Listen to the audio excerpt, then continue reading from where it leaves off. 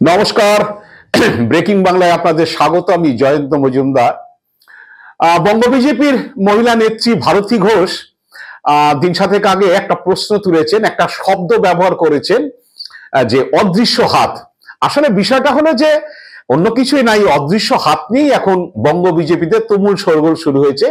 যে অদৃশ্য হাতটা কার, কে এই অদৃশ্য হাত দিয়ে এইসব কাণ্ড কারখানা করে চলেছেন, এই নিয়ে চর্চা। জানি না বঙ্গ বিজেপির নেতারা এই অদৃশ্য হাতটা কার সেটা খুঁজে বার করার জন্য কোনো ব্যোমকেশকে লাগাবেন কিনা।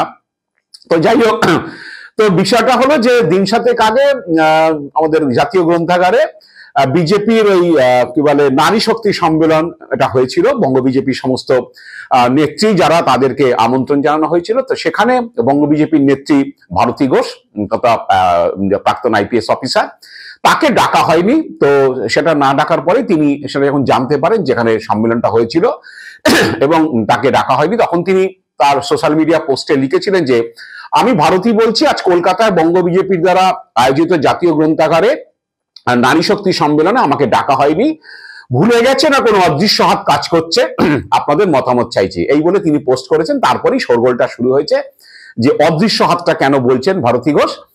তো হবেই, কারণ হচ্ছে ভারতী হয়তো এক্সপেক্ট করেছিলেন যে তিনি মহিলা নেত্রী, বিভিন্ন সময় দলের হয়ে প্রেস কনফারেন্স করেন, তিনি দলের হয়ে ভোটে লড়েছেন।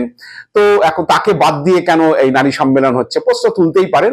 ওই অদৃশ্য হাত বলার পরে নিশ্চিতভাবে তিনি কোনো ব্যক্তিকে হয়তো মেনশন করতে চেয়েছেন যে তার কলকাঠিতেই হয়তো তাকে ডাকা হয়নি। তো এখন এটা এই অদৃশ্য হাতের বিষয়টা আবারও উঠেছে, সেটা হচ্ছে যে লকেট চট্টোপাধ্যায়কে নিয়ে।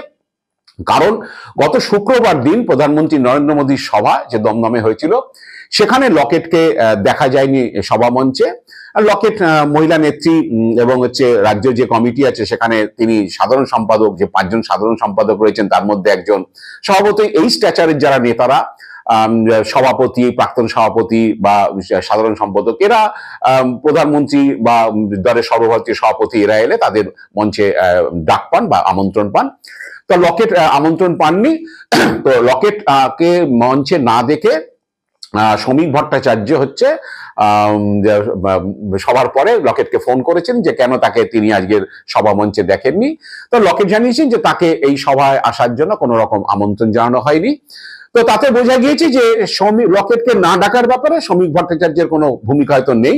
তাই তিনি হয়তো লকেটের কাছে জানতে চেয়েছিলেন যে তাকে কেন সভামঞ্চে দেখা যায়নি। সাধারণত বিজেপির বঙ্গ বিজেপির যেরকম রীতি, তাতে সাধারণ সম্পাদক যারা থাকেন তারা ডাক পান, এটাই রয়েছে। তা কেন তাকে ডাকা হয়নি এই নিয়ে শ্রমিক ভট্টাচার্য কিছুটা আশ্চর্য হয়েছিলেন। তো যাই হোক, লকেট পরিষ্কার কথা বলে দিয়েছেন। তো এখন যেটা হয়েছে, এই ঘটনা দুটো ঘটার পরে বঙ্গ বিজেপির এক বর্ষিয়ান নেতার কথা যে আবার বোধহয় যে আমাদের অদৃশ্য হাত সক্রিয় হয়েছে।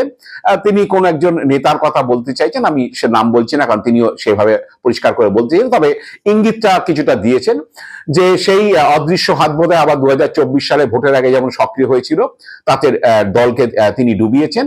আবার বোধহয় 26-এর ভোটের আগে তিনি সক্রিয় হচ্ছেন এবং হচ্ছে ওদের দলকে ডোবানোর জন্যই এইগুলো করছেন। কারণ এই রকম ধরনের যারা নেত্রীরা রয়েছেন, যারা এই সব ধরনের মিটিং বা সমাবেশে মঞ্চে ডাক পান বা সমাবেশে সম্মেলনে ডাক পান, কেন তাদের ডাকা হচ্ছে না? নিশ্চয়ই কোনো অদৃশ্য হাত হচ্ছে এটা রয়েছে তার পেছনে, এবং তারাই হচ্ছে সব কলকাঠি নাড়ছেন।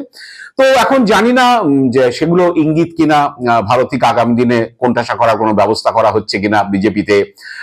ভারতী কোন একটি শিবিরের সঙ্গে বা কোন একজন নেতৃত্বের সঙ্গে, রাজ্য নেতৃত্ব তার খুব ঘনিষ্ঠ, এবং হচ্ছে লকেট চট্টোপাধ্যায় আপনারা জানেন অনেকদিনই রয়েছেন রাজ্য কমিটিতে এবং সাধারণ সম্পাদক হিসাবে কাজ করছেন, একসময় সাংসদও ছিলেন। এই যে হেরে যাওয়ার পরে পার্টির কাজ করেন তিনি। তো এখন হচ্ছে কেউ কেউ বলছেন আবার ওই নতুন কমিটি, রাজ্য কমিটি হবে, শ্রমিক ভট্টাচার্য সভাপতি হয়েছেন, সভাপতি হচ্ছে সেই রাজ্য কমিটিতে নতুন মুখ আসতে পারে। তো লকেটকে বাদ দেওয়া হবে কিনা এটা নিয়ে চর্চা গুঞ্জন চলছে। তা সেগুলো সিগন্যাল কিনা, সেসব সংকেত কিনা, লকেটকে সেটা বুঝিয়ে দেওয়া হচ্ছে কিনা, বা সেই অদৃশ্য হাত যেটা কাজ করছে বলছে সেখান থেকেই সিগন্যালটা আসছে কিনা যে লকেট এবার আপনি মানে বুঝে নিতে পারেন, আপনার হয়তো আর জায়গা হবে না, তারই হয়তো ইঙ্গিতে সব দেওয়া হচ্ছে। তো এরকম এখন একটা অবস্থা বঙ্গ বিজেপিতে চলছে। এবং পাশাপাশি যেটা আরেকটা ঘটনা, গত 2-3 দিন ধরে আপনারা জানেন যে বিজেপির অন্দরে এইটা নিয়ে খুব চর্চা শুরু হয়েছে। যদিও একটা নির্দেশ গেছে বিভিন্ন নেতাদের কাছে মুখ না খোলার ব্যাপার, আমি আসছি বিষয়টাতে। সেটা হলো যে বনগাঁতে মতুয়া পরিবারে আবার গোলমাল বেঁধেছে। এবার আর ঠিক হচ্ছে কপিল কৃষ্ণর পরিবারের সঙ্গে মঞ্জুল কৃষ্ণর পরিবারের গন্ডগোল নয়। আগে আপনারা জানতেন যে কপিল কৃষ্ণ ঠাকুর, তার স্ত্রী মমতা বালা ঠাকুর বা তার মেয়ে রয়েছে বিধায়ক, এই পরিবারের সঙ্গে মঞ্জুল কৃষ্ণ ঠাকুর মানে তার ছেলে শান্তনু ঠাকুর, সুব্রত ঠাকুর, এদের একটা বিরোধ বরাবর রয়েছে। অল ইন্ডিয়া মতুয়া মহাসংঘে কারা দখলদারি নেবে, কারা নেতৃত্বে থাকবে, এই নিয়ে গোলমাল এর আগে অনেক হয়েছে নিজেদের মধ্যে, মানে দুই পরিবারের মধ্যে। কিন্তু এবার যেটা হয়েছে, মঞ্জুল কৃষ্ণ দুই ছেলে, মানে বড় ছেলে সুব্রত ঠাকুর যিনি গাইঘাটার বিজেপির এমএলএ, এবং ছোট শান্তনু ঠাকুর যিনি এখন বনগাঁর সাংসদ তথা কেন্দ্রীয় প্রতিমন্ত্রী, এই দুই ভাইয়ের মধ্যে হচ্ছে গোলমাল বেঁধেছে। এবং এই গোলমাল থামানোর জন্য হচ্ছে তাদের মা ছবিরানী ঠাকুর, তিনি আবার মমতা বালা ঠাকুর, মানে তাদের যে আর কি তথাকথিত যে বিরোধ যে মমতা বালাদের সঙ্গে, তিনি আবার মমতা বালা শরণাপন্ন হয়েছেন দুই ছেলের বিরোধের বিষয়টা যেটা জানা গিয়েছে যে যেটা ছবিরানী ঠাকুর বলেছেন যে এই যে সিএ এর কার্ড বিলি হচ্ছে এবং হচ্ছে ধর্মীয় সার্টিফিকেট দেওয়া হচ্ছে, এটা শান্তনু ঠাকুর করছেন নাট মন্দিরে ক্যাম্প খুলে এবং মতুয়া মহাসংঘের একাত্মত্ব আধিপত্য নেওয়ার চেষ্টা করছেন। এটা হচ্ছে শান্তনুর মার হচ্ছে অভিযোগ। এবং তিনি কিছুটা বড় ছেলের পক্ষই নিয়েছেন যে তিনি শান্তনু ঠাকুরকে কাঠগড়ায় তুলেছেন এইসব ঘটনার জন্য। এবং তাদের মমতা বালা ঠাকুরও পরিষ্কার বলেছেন যে কেউ যদি কাঠবিলি করতে চায় বা কেউ যদি সার্টিফিকেট দিতে চায় মতুয়া সম্প্রদায়ের বা ধর্মীয় সার্টিফিকেট দিতে, সেটা তাদের বাড়ির নিজেদের বাড়িতে উঠোনে তারা করতে পারে, কেন আমাদের ঠাকুর বাড়ির সে দালানকে বা নাট মন্দিরকে কেন ব্যবহার করা হবে। তো এটা নিয়ে বিরোধ যখন চরমে গিয়েছে, তখন হচ্ছে শান্তনু ঠাকুর বলেছেন যে আসলে সুব্রত ঠাকুর, মানে তার দাদার কথা, যে তিনি বিরোধটা করছেন, তিনি তৃণমূলে যেতে চান, তৃণমূলে পা বাড়িয়ে দিয়েছেন। তো এবং হচ্ছে মোটামুটি তার তৃণমূল নাকি যোগদান হয়ে গেছে, আসলে উনি পদ চান, তৃণমূলে না গেলে তো মন্ত্রিত্ব পাবেন না, সেই কারণেই এই ধরনের তার বিরুদ্ধে সব কথাবার্তা বলছেন। তো শান্তনু ঠাকুর কি বলেছেন আমি আপনাদের একটু শুনিয়ে দেবো। আর মাথা খেয়ে মাকে সামনে ফেস করে আজকে এইগুলো করছে। তার মূল কারণ হচ্ছে পদ পেতে হবে, আর পদ মন্ত্রিত্ব পেতে গেলে টিএমসি ছাড়া বেঙ্গলে মন্ত্রিত্ব দিতে পারবে না। অফিসিয়ালি টিএমসি তো জয়েন হয়ে গেল, শুধু পতাকাটা ধরিনি। এবার শান্তনুর পাশাপাশি সুব্রত ঠাকুরও একইভাবে হচ্ছে শান্তনু ঠাকুরের বিরুদ্ধে বলেছেন যে এরকম নাটমন্দির দখল করে এইভাবে হচ্ছে কাঠবিলি হচ্ছে এবং মতুয়া মহাসংঘের সমস্ত একচ্ছত্র আধিপত্য নিচে যা খুশি তাই করছেন। এবং পাশাপাশি যেটা যে সুব্রত ঠাকুর সোমবার দিনও বলেছেন যে আসলে শান্তনু ঠাকুর দলের সঙ্গে ব্ল্যাকমেইল করেন, বারবারই হচ্ছে তিনি দলের সঙ্গে ব্ল্যাকমেইল করেছেন, তাকে পদ না দিলে, তাকে টিকিট না দিলে তিনি তৃণমূলে চলে যাবেন বা অমুক অমুক লোকেরা তৃণমূলে চলে যাবে, তাদের যারা গোষ্ঠী বা তাদের মতুয়া মহাসংঘের সঙ্গে যারা জড়িত তারা চলে যাবে, দল ভেঙে চলে যাবে, এইসব বলে ব্ল্যাকমেইল করেই হচ্ছে তিনি এই বনগাঁর সাংসদের টিকিট বা মন্ত্রিত্ব নিয়েছেন। এটা হচ্ছে আমাদের সুব্রত ঠাকুরের অভিযোগ। এবং তিনি বলতে চেয়েছেন যে এইভাবেই ও পলিটিক্সটা করে থাকে।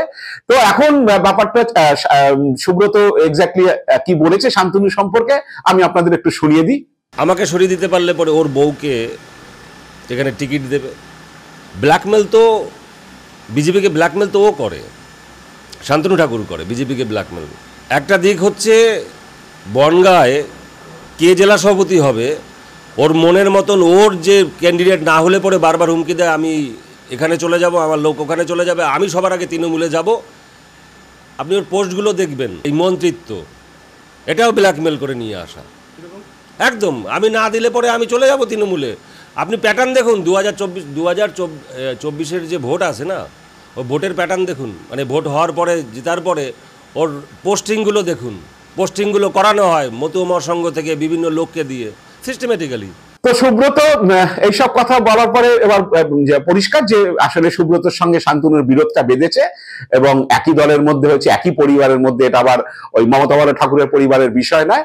তো এই ঘরের মধ্যেই বিরোধ বাঁধার ফলে বিশেষ করে মতুয়া সম্প্রদায়, আপনারা জানেন এটা বিজেপির ক্ষেত্রে খুব সেন্সিটিভ ইস্যু, কারণ মতুয়া সম্প্রদায়ের একটা বড় সমর্থন বিজেপির দিকে রয়েছে গত 19 সাল থেকে, সেটা দেখা গেছে 19 সালের লোকসভা আসনে মতুয়া সম্প্রদায়দের যেখানে বসবাস, যে এলাকাতে নদিয়া এবং উত্তর 24 পরগনা, সেখানে বিজেপি ভালো ফল করেছে এবং 21 সালেও একইভাবে ভালো ফল করেছে। বা যদি ধরেন যে 24 সালের লোকসভা ভোট, সেখানেও হচ্ছে বিজেপি বনগাঁ রানাঘাট আসন ধরে রাখতে পেরেছে এবং এই দুটি আসন হচ্ছে মতুয়া সম্প্রদায়ের মানুষ বেশি বসবাস করেন।